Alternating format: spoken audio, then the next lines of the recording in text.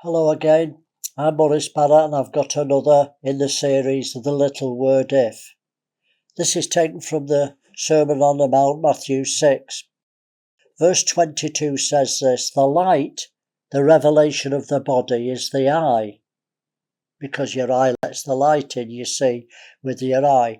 If therefore your eye is single, your whole body is full of light. Well, it's another serious condition to a wonderful promise, if we look at the context in Matthew 6. It's a Sermon on the Mount, and Jesus is warning against covetousness.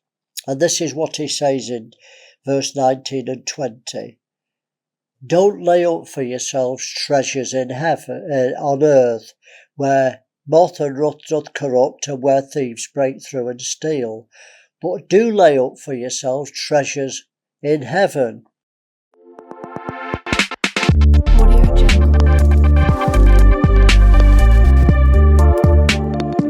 Matthew 6, this is the Sermon on the Mount, and Jesus is warning against covetousness. And this is what he says in verse 19 and 20. Don't lay up for yourselves treasures upon earth, where moth and rust doth corrupt, and where thieves break through and steal.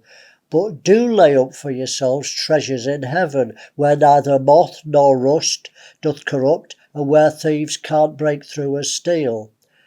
And then he gives you the key. For where your treasure is, that's where your heart will be also. Your heart always gravitates to your treasure, whatever that it is.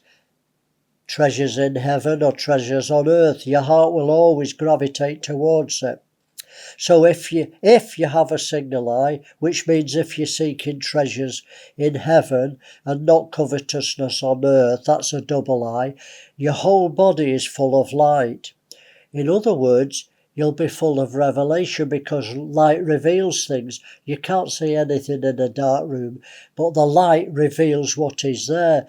So if your eye is single, your whole body is full of light, full of revelation. Well, let me finish with the challenge of verse 24. Jesus says this: no man can serve two masters, for either he'll hate one and love the other, or else he'll hold to the one and despise the other. So it's degrees. The measure you serve mammon, covetousness, by the same measure you're not serving God. That's serious. Let me say that again.